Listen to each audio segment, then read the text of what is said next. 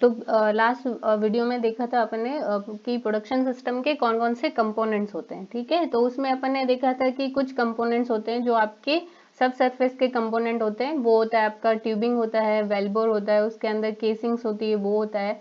ठीक है, तो वो सारे रिजर्वर होता है आपका, और रिजर्वर में डिफरेंट डिफरेंट टाइप के रिजर्वर थे। तो वो सारे किसके थे? सब सरफेस के कंपोनेंट थे। और उनमें भी जैसे बॉटम होल चोक था आपका, वो आपका ऑप्शनल था।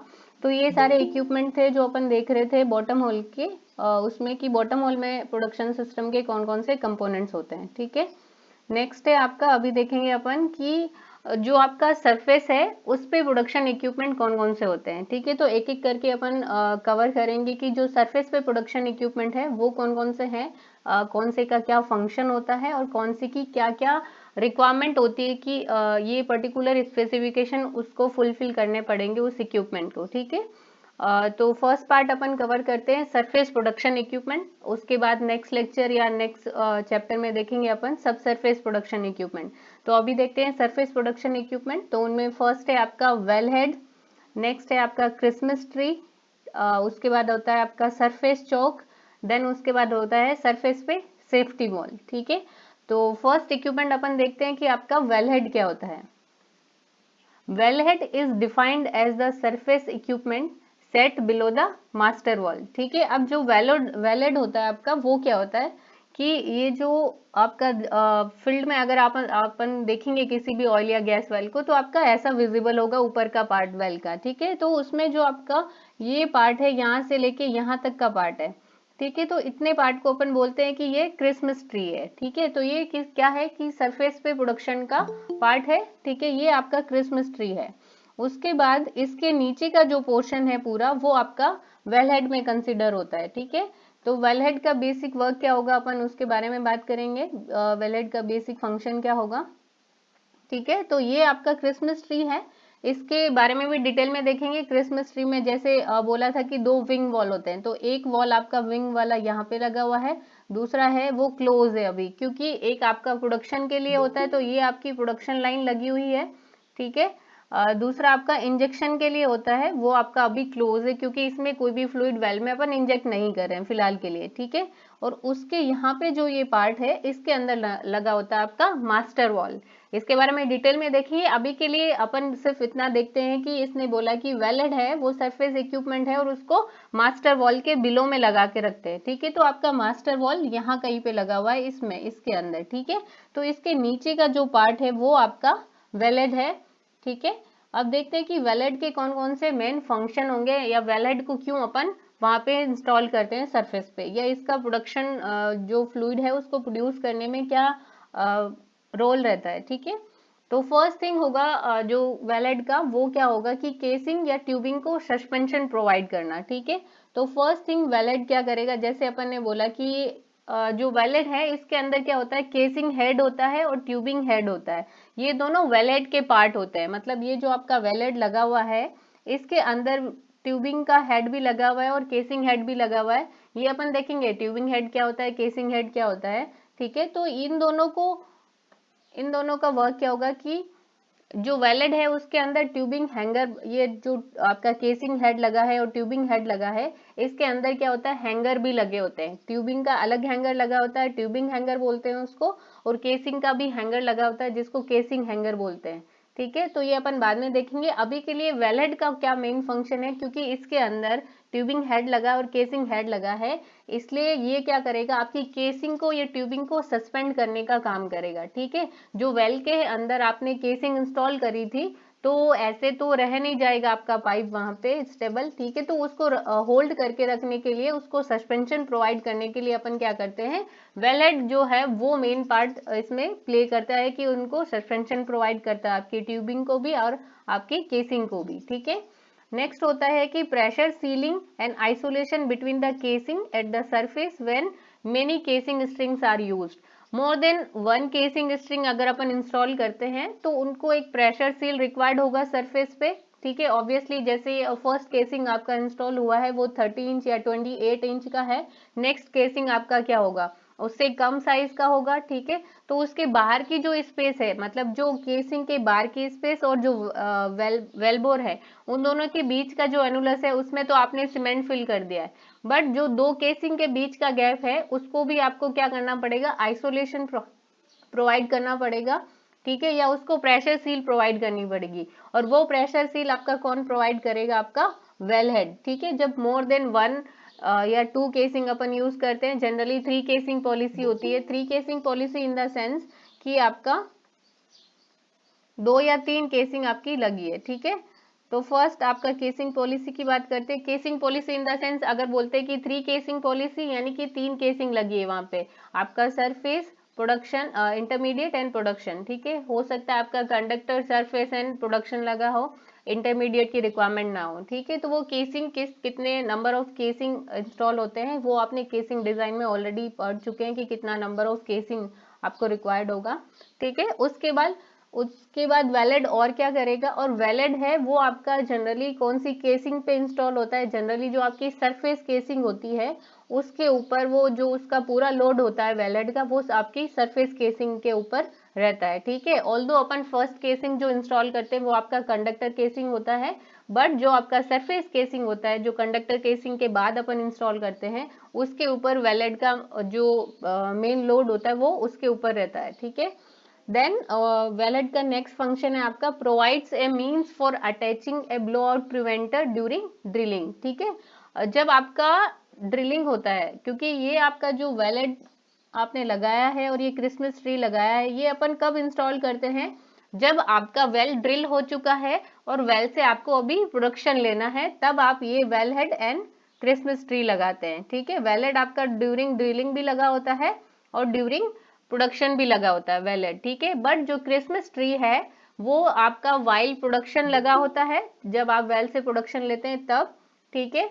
और जो आपका बीओपी है, जब ड्रिलिंग करते हैं तो अपन वेल के प्रेशर को कंट्रोल में रखना चाहते हैं।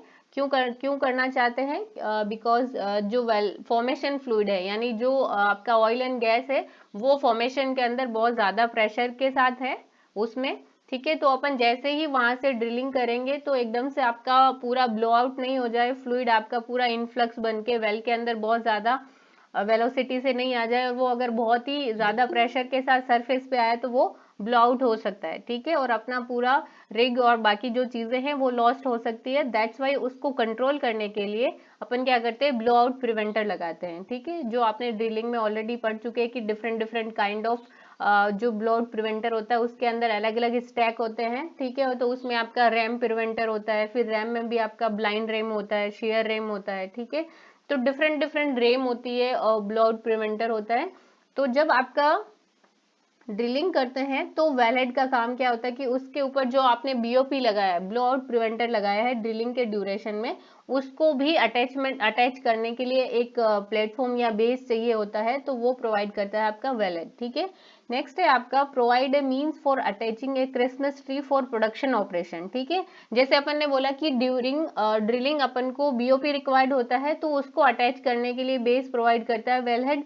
अब वाइल प्रोडक्शन, जब अपन को प्रोडक्शन लेना है वेल से, तब अपन को क्या करना है, क्रिसमस ट्री अटैच करते हैं, तो उसको भी बेस प्रोवाइड करता है कौन, आपका वेलहेड प्रोवाइड करता है, ठीक है। फॉर एग्जांपल इसमें देख सकते हैं कि आपका ये वेलहेड है, ये बेस प्रोवाइड कर रहा है किसको, ये आपका ऊपर जो क्रिसमस ट्री लगा है इसको बेस प्रोवाइड करने का काम करता है, ठीक है। नेक्स्ट उसके अलावा कभी कभी वेल के अंदर आपको एक्सेस करना पड़ता है, ठीक है। वेल के अंदर आपको कुछ चीजें रन करनी पड़ती है या कुछ फ्लूइड इंजेक्ट करने पड़ते हैं, वेल के अंदर एक्सेस करना पड़ता है, तो वो जो मीन्स प्रोवाइड करेगा वेल में एक्सेस करने के लिए ट्यूबिंग हेड के थ्रू, क्योंकि ट्यूबिंग हेड आपका किसके अंदर लगा है, वेल हेड के अंदर लगा है, ठीक है। तो वो भी प्रोवाइड करता है आपका वेल हेड। देन उसके अलावा अगर आपका वेल आर्टिफिशियल लिफ्ट पे वर्क कर रहा है, ठीक है। Artificial lift in the sense कि जो आपका प्राइमरी रिकवरी होता है, मतलब जो आपका ऑयल एंड गैस वेल होते हैं उनमें अलग अलग टाइप की रिकवरी होती है, ठीक है। तो एक होता है आपका प्राइमरी रिकवरी, दूसरा होता है आपका सेकेंडरी रिकवरी, फिर होता है आपका टर्शरी रिकवरी, ठीक है। तो प्राइमरी रिकवरी में क्या होता है कि वो रिकवरी होती है, मतलब जो आपका ऑयल एंड गैस है वो रिकवर हो रहा है, वो जो रिजर्वर के अंदर नेचुरल एनर्जी है उसकी वजह से वेल प्रोड्यूस कर रहा है या वेल फ्लो कर रहा है और आपका ऑयल एंड गैस सरफेस पे प्रोड्यूस हो रहा है, वो होता है आपका प्राइमरी रिकवरी। ठीक है, अगर टाइम के साथ अपन प्रोडक्शन लेते जाते हैं, फ्लूइड को रिमूव करते जाते हैं, तो आपका क्या होता है कि प्रेशर डिक्लाइन कर जाता है, और प्रेशर डिक्लाइन करने की वजह से आपका जो ऑयल एंड गैस है वो सरफेस पे अपने आप से प्रोड्यूस होना बंद हो जाता है। ठीक है, तो अपन क्या करते हैं, रिजर्वॉयर के प्रेशर को मेंटेन करने की कोशिश करते हैं, और मेंटेन करने की कोशिश करने के लिए अपन क्या करते हैं, उस वेल के अंदर या तो वाटर इंजेक्ट करेंगे या फिर अपन उसके अंदर गैस इंजेक्ट करेंगे। ठीक है, तो उसको बोलते हैं प्रेशर मेंटेनेंस टेक्निक्स, या फिर उसको बोलते हैं अपन आपका सेकेंडरी रिकवरी। देन होता है आपका टर्सरी रिकवरी, तो उसमें different different kind of recovery होती है, उसमें आपका एनहांस ऑयल रिकवरी आता है। ठीक है, और उसके अलावा जो प्राइमरी रिकवरी है उसी को एक एक्सटेंड मतलब थोड़ा सा सपोर्ट प्रोवाइड करें, या उसी को प्राइमरी रिकवरी को एक्सटेंड प्रोवाइड करें। ठीक है, तो उस एक्सटेंशन के लिए आपका क्या होता है बेसिकली, कि उस एक्सटेंशन को प्रोवाइड करने के लिए आप क्या करते हैं कि आर्टिफिशियल लिफ्ट उसमें इंस्टॉल करते हैं। ठीक है, और आर्टिफिशियल लिफ्ट को इंस्टॉल करने के लिए आपके पास अलग अलग ऑप्शंस होते हैं, अलग अलग आर्टिफिशियल लिफ्ट मेथड होते हैं, अलग अलग मेथड्स होते हैं। और उस मेथड में आपका एक होता है एसआरपी, सकर रोड पंप होते हैं, जिसके ऊपर आप अगर देखते हैं तो बहुत सी बार जो आपका कॉलेज का लोगो है उसके अंदर भी वो एसआरपी का बना हुआ है डायग्राम। ठीक है, तो उन पंप को इंस्टॉल करने के लिए, अटैच करने के लिए भी आपके पास क्या होता है, वेलेड होता है, वो आपको ये अटैचमेंट प्रोवाइड करने का या एक बेस प्रोवाइड करने के लिए हेल्प करता है वेलेड। ठीक है, उसके अलावा होता है provides pressure monitoring and pumping access to annuli between the different casing and tubing string. ठीक है, अब अपन को मॉनिटरिंग करनी है कि मतलब केसिंग के प्रेशर को मॉनिटर करना है, या फिर जो पंपिंग कुछ चीजें अपन को पंप करनी है, चाहे केसिंग को स्क्रैपिंग के थ्रू पंप करना हो या केसिंग को क्लीन करना हो। ठीक है, तो उसके अंदर अपन कुछ लिक्विड रन करना चाहते हैं।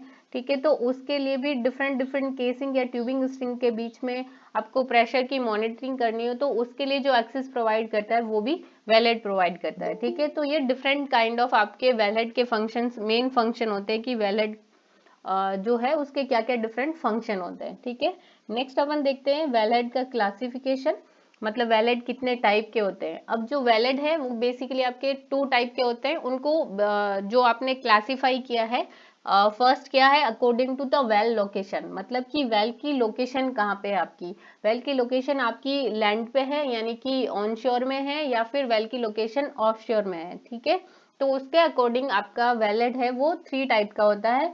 Valid for the land drilling, मतलब जनरली जो अपन ने अभी डायग्राम देखा था, लैंड मतलब कि आपका ऑन श्योर पे वेल ड्रिल हुआ है। ठीक है, तो आपका वेलेड होता है, तो वो इस काइंड ऑफ होता है, ऐसा दिखता है आपका वेलेड। ठीक है, अगर अपन बात करते हैं कि सरफेस लोकेशन यानी कि ऑफशोर लोकेशन की बात करते हैं, तो ऑफशोर में क्या होता है कि डिफरेंट डिफरेंट टाइप के प्लेटफॉर्म्स होते हैं, अलग अलग टाइप की रिग होती है वहां पे। ठीक है, तो उसके अकॉर्डिंग कौन से टाइप का प्लेटफॉर्म या कौन से टाइप का रिग यूज कर रहे हैं, उसके अकॉर्डिंग वहां पे different different kind of valid होते हैं। ठीक है, तो अगर जैकअप रिग की बात करते हैं, तो जैकअप रिग आपका विजिबल होगा, तो वो सरफेस पे ऐसा होगा जिसके 1, 2 एंड 3 लेग्स होंगे। ठीक है, तो ये जो जैकअप रिग है, इससे अगर कहीं पे ऑफशोर में आपको वेलेड लगाना है, तो वो कहाँ पे लगेगा, आपका सरफेस पे लगेगा। मतलब ये जो जैकअप रिग है, इसके ऊपर आपका पूरा प्लेटफॉर्म बिल्ड हो रखा है, मतलब जो भी सरफेस पे फैसिलिटीज है वो सारी यहाँ पे बिल्ड हो रखी है।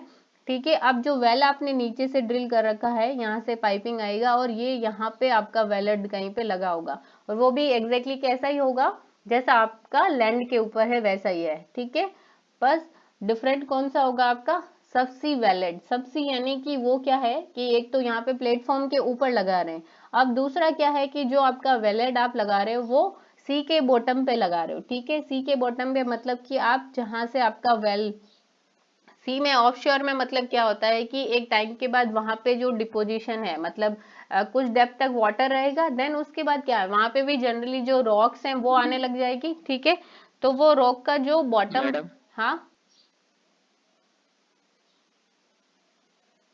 ठीक है, तो अपन देखते हैं कि सबसी वेलहेड की बात करें तो सबसी में वेलहेड क्या होगा कि आपका, जैसे अपन जनरली देखते हैं कि जो आपका ऑफशोर होता है तो उसमें भी एक डेप्थ तक वाटर रहेगा, जहाँ पे वाटर की डेप्थ होगी। देन उसके बाद क्या होगा आपका कि उसके बाद आपका रॉक स्टार्ट हो जाएगा, ठीक है। तो जो सी का बॉटम है, जहाँ से रॉक स्टार्ट हो रही है, वहां पे जाके आप क्या करते हैं, आपका वेलेड है या जो भी सिस्टम है, कंट्रोल सिस्टम, वो आप वहां पे इंस्टॉल करते हैं पूरा, ठीक है। तो ये आपका सबसी वैलिड होता है, वो थोड़ा सा डिफरेंट होता है, जो आपका नॉर्मल लैंड पे या प्लेटफॉर्म पे जो वैलिड होता है उससे थोड़ा डिफरेंट होता है, ठीक है। और इसको मॉनिटर करने के लिए अपन क्या करते हैं कि ROV लगाते हैं, ठीक है, जिसको बोलते हैं रिमोटली ऑपरेटेड व्हीकल्स, ठीक है। तो इनके अंदर कैमराज होते हैं और ये क्या होता है कि रियल टाइम में सारे डेटा को क्या करते हैं, यहाँ पे मॉनिटर करते हैं और उसको सरफेस पे भेजते हैं, ठीक है। और उसके थ्रू यहाँ पे जो आपका पाइप है, ठीक है, सारा फ्लूइड जो प्रोड्यूस हो रहा है वो इस पाइप के थ्रू आपका प्लेटफॉर्म के ऊपर जाएगा, ठीक है। तो ये आपका सबसे वैलिड होता है। उसके अलावा होता है आपका according to the well head design. जो वेल हेड का डिजाइनिंग कैसा है उसके अकॉर्डिंग दो टाइप के होते हैं, एक होता है स्पूल वेल हेड सिस्टम, दूसरा होता है unitized well head system. Spool well head system in the sense कि उसको क्या किया है अपन ने, पूरा स्ट्रक्चर को एक ही बार में मोल्ड करके या उसको कंस्ट्रक्ट किया है। यूनिटाइज स्पूल सिस्टम यानी कि स्पूल कनेक्शन है, सॉरी, स्पूल कनेक्शन यानी कि आपने जो डिफरेंट डिफरेंट पार्ट्स है उनको या तो नट्स के थ्रू या वेल्स के थ्रू, वेल्डिंग के थ्रू उनको अलग अलग पार्ट्स को पहले कंस्ट्रक्ट किया, देन उनको वापस कंस्ट्रक्ट करके साथ में बिल्ड किया है, ठीक है। या यूनिटाइज सिस्टम में क्या होगा कि आपने जो पूरा सिस्टम है उसको एक ही साथ बिल्ड किया है, उसमें कोई भी आपके जॉइंट्स या कनेक्शंस नहीं है, ठीक है। तो ये होते हैं आपके 5 टाइप के valid system according to the well location and according to well head design, ठीक है। नेक्स्ट है आपका कि जो आपके ये वेलहेड के कंपोनेंट्स होते हैं उनको क्या क्या रिक्वायरमेंट होगा या कितना प्रेशर रेटिंग होना चाहिए और कौन से स्पेसिफिकेशंस के अकॉर्डिंग इनका अलग अलग स्पेसिफाई किया है कि इसके अकॉर्डिंग इनका मटेरियल आपको चूज करना है या इतना इनका प्रेशर होना चाहिए स्टैंडर्ड, ठीक है। तो wellhead components requirement applicable to all the wellhead, मतलब जितने भी वेलहेड है, चाहे आपका ऑफशोर में हो चाहे ऑनशोर में हो, तो उनके लिए क्या क्या स्पेसिफिकेशंस है। Wellhead equipment that meets API specification. API specification मतलब कि एपीआई यानी अमेरिकन पेट्रोलियम इंस्टीट्यूट, जो आपका क्या है, पेट्रोलियम से रिगार्डिंग जितने भी इक्विपमेंट है या जितनी भी चीजें हैं उनको क्या करता है, स्पेसिफाई करता है या स्टैंडर्डाइज करता है, ठीक है। तो वो स्पेसिफिकेशन कौन सा है आपका, 6A है, ठीक है। मतलब एपीआई ने अलग अलग जो कंपोनेंट्स है वेल के या जो अलग अलग चीजें हैं उनके लिए अलग अलग उन्होंने स्पेसिफिकेशंस दिए हैं, ठीक है। तो 6A के अकॉर्डिंग आपके वेलहेड के जितने भी इक्विपमेंट है उनका डिस्क्रिप्शन किस में है, स्पेसिफिकेशन 6A है, इक्विवेलेंट टू ISO 10423, ठीक है। मतलब ये इक्विवेलेंट है किसके, ISO के, जो इंटरनेशनल स्टैंडर्डाइज ऑर्गेनाइजेशन है, जो चीजों को स्टैंडर्ड करने का काम करती है कि ये आपका स्टैंडर्ड है, इसके अकॉर्डिंग आपकी चीजें डिजाइन होनी चाहिए, ठीक है। Is available in standard pressure increments, मतलब जो आपका प्रेशर रेटिंग है, मतलब जो वेलेड है वो कितना प्रेशर को बेयर कर सकता है, ठीक है। तो वेल में क्या होता है कि डिफरेंट डिफरेंट जो वेल होते हैं उनका प्रेशर डिफरेंट डिफरेंट होता है, ठीक है। तो आपका हो सकता है कि 2000 PSI तक के प्रेशर रेटिंग का हो सकता है, 3000 का होता है, 5000, 10,000, 15,000, मैक्सिमम हो सकता है आपका 30,000 PSI रेटिंग का, ठीक है। तो ये क्या है, उसकी प्रेशर रेटिंग है वेलेड की कि इतनी प्रेशर रेटिंग के वेलेड को आप यूटिलाइज करें, ठीक है। अब वो डिपेंड करता है कि अगर आपके वेल का प्रेशर है वो 3000 और 2000 के कहीं पे बीच में है तो आप 3000 वाला यूज करेंगे, ठीक है, क्योंकि आपको क्या करना होता है कि थोड़ा सा मार्जिन लेके चलना होता है, ठीक है, सो दैट इन फ्यूचर या फिर कुछ ऐसे एक्सीडेंटल केसेस में आपका एकदम से सडन प्रेशर इंक्रीज हो जाए, ठीक है, तो वैलेट के अंदर या उसके इक्विपमेंट के अंदर इतना कैपेसिटी हो कि वो उस प्रेशर को बेयर कर सके, ठीक है। तो उसके अकॉर्डिंग अलग अलग प्रेशर रेटिंग के अपन वैलेट या उसके इक्विपमेंट को यूज करते हैं। उसके अलावा उसकी जो टेम्परेचर की रेंज होती है वो भी डिफरेंट डिफरेंट होती है, अलग अलग ऑपरेटिंग रेंज होती है टेम्परेचर की भी, ठीक है। तो standard temperature ratings are defined by an operating range, conventional operations span -60 to 121 degree centigrade, मतलब आपका जो कन्वेंशनल ऑपरेशन है, जो जनरल ऑपरेशंस होते हैं, तो उनके अंदर आपका -60 डिग्री से 121 डिग्री सेंटीग्रेड तक आपकी टेम्परेचर की रेंज होती है। कि अगर किसी वेल का टेम्परेचर माइनस में भी है, मतलब बहुत ज़्यादा जो कोल्ड एरियाज है वहाँ पे, अगर वहाँ पे वैलिड आप यूज़ कर रहे हैं, तो उनमें से किस टाइप का वैलिड है, तो वो अलग अलग रेंज में है। ठीक है, और यहाँ पे अलग अलग रेंज है, वो आपका है KLPRSTUV। ठीक है, अब ये क्या है कि जो ये जो लेटर है वो आपका क्या रिप्रेजेंट करता है कि आपके किस टाइप का मटेरियल का ग्रेड है। ठीक है, जो स्टील होते हैं उनके भी डिफरेंट डिफरेंट ग्रेड होते हैं। या फॉर एग्जांपल कोई सा भी मटेरियल आपने उस वेल्ड के इक्विपमेंट है उनको कंस्ट्रक्ट करने के लिए किस टाइप का मटेरियल यूज किया है और उसका ग्रेडिंग क्या है। ठीक है, तो स्टील में भी अलग अलग ग्रेड होते हैं। तो वैसे ये क्या है, ये जो जितने भी लेटर्स हैं आपके अल्फाबेट के, वो रिप्रेजेंट करते हैं कि कौन से ग्रेड का मटेरियल है आपका। ठीक है, K and U are the largest and overlap the other ranges. ठीक है, अब K और जो आपका U है वो सबसे ज्यादा यूज होते हैं, सबसे ज्यादा मोस्ट रिलायबल जो ग्रेड है मटेरियल का वो ये वाले हैं। ठीक है, देन उसके बाद अगर आपका एलिवेटेड टेम्परेचर ऑपरेशन है जहाँ पे टेम्परेचर और ज्यादा है, ये नॉर्मल टेम्परेचर रेंज की बात कर रहा था, -60 टू 121 डिग्री सेंटीग्रेड। अगर कहीं पे आपका टेम्परेचर इससे भी ज्यादा लो है या फिर इससे भी ज्यादा हाई है, ठीक है, तो उसके लिए अलग ग्रेड्स यूज करते हैं, वो है आपका एक्स एंड वाई।